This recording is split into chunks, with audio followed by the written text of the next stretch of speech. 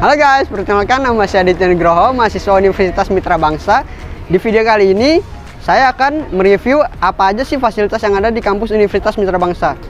Ayo kita masuk ke dalamnya.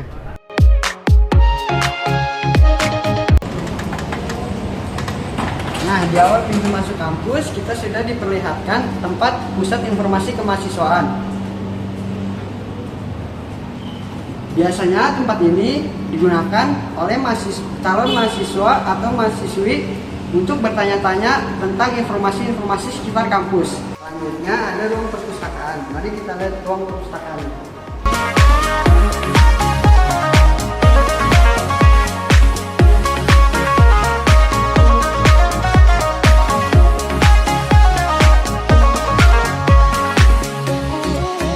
Di ruang perpustakaan ini tidak hanya dipakai untuk tempat menyimpan buku dan referensi, tetapi juga sebagai pusat informasi untuk pembelajaran, pengetahuan, penelitian, dan juga penambahan ilmu pengetahuan.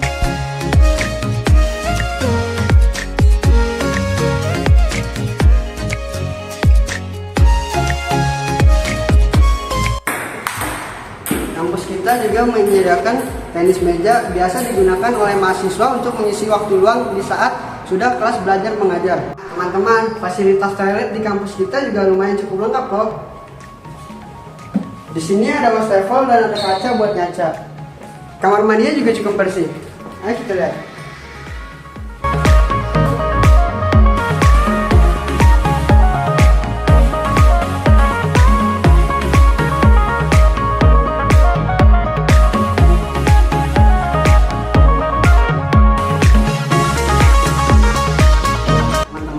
Kali ini kita sudah berada di lantai 2. Di bagian awal lantai 2 ini ada tempat untuk pengumpulan TA, skripsi, atau tesis. Di sini juga biasanya digunakan untuk pengajuan tanda tangan dan juga merevisi skripsi atau tesis.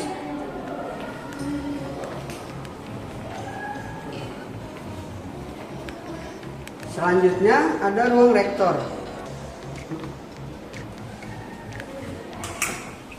Ruangan ini biasanya digunakan untuk istirahat rektor atau tempat untuk mengerjakan tugas-tugas sebagai rektor.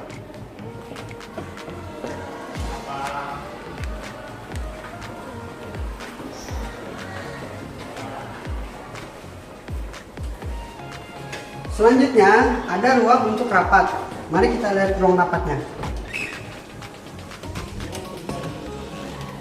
Nah, di ruang rapat ini biasanya digunakan oleh dosen atau staf karyawan kampus untuk melaksanakan rapat-rapat internal. Di sini juga bisa digunakan oleh mahasiswa untuk keperluan organisasi seperti HIMA atau BEM.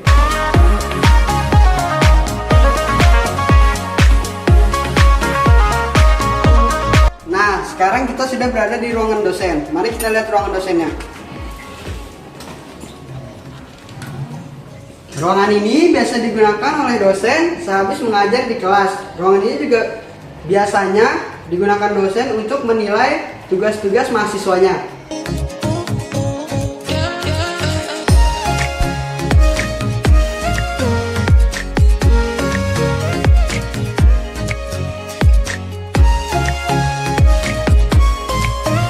Oke teman-teman, kita sekarang sudah berada di lantai 3. Nah, di lantai 3 ini ada tempat perlengkapan umum, di mana tempat perlengkapan umum ini biasa digunakan untuk menyimpan barang seperti kertas HVS, tinta printer, mesin printer atau binder, dan lain-lainnya.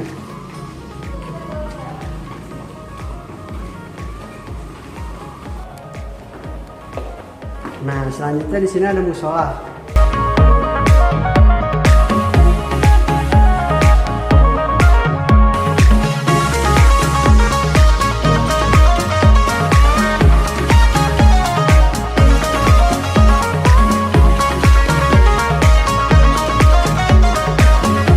Biasanya musola ini dipakai untuk beribadah untuk umat muslim.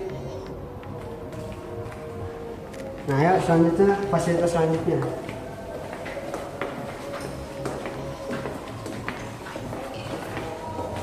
fasilitas selanjutnya itu ada lab komputer.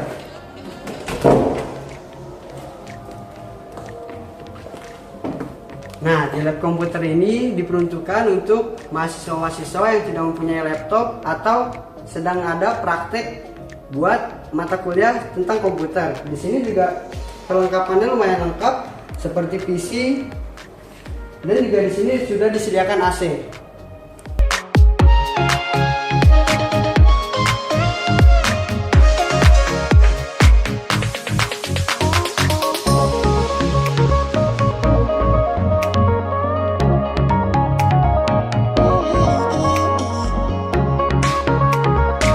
Selanjutnya di sini ada aula.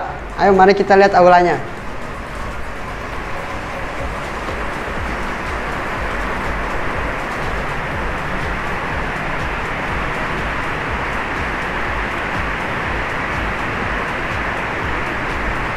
Nah, di aula ini biasanya digunakan untuk seminar atau olahraga atau acara rapat-rapat dosen atau pengurus-pengurus kampus di sini. Selain buat acara seminar atau rapat-rapat dosen, di sini juga biasanya kalau tidak ada acara dipakai untuk kelas untuk belajar mengajar. Di sini juga banyak perlengkapan untuk belajar mengajar, contohnya seperti layar proyektor dan lain-lainnya.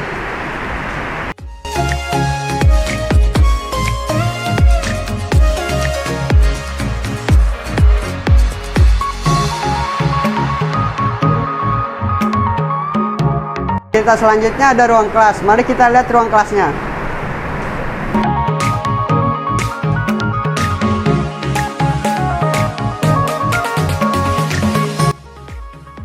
Nah, di ruangan kelas ini biasanya digunakan untuk kegiatan belajar mengajar. Di ruangan kelas ini fasilitasnya lumayan lengkap kok. Seperti ada AC,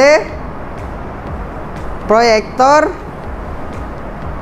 terus ada papan tulis juga biasa dosen buat menulis, dan juga ada layar proyektor.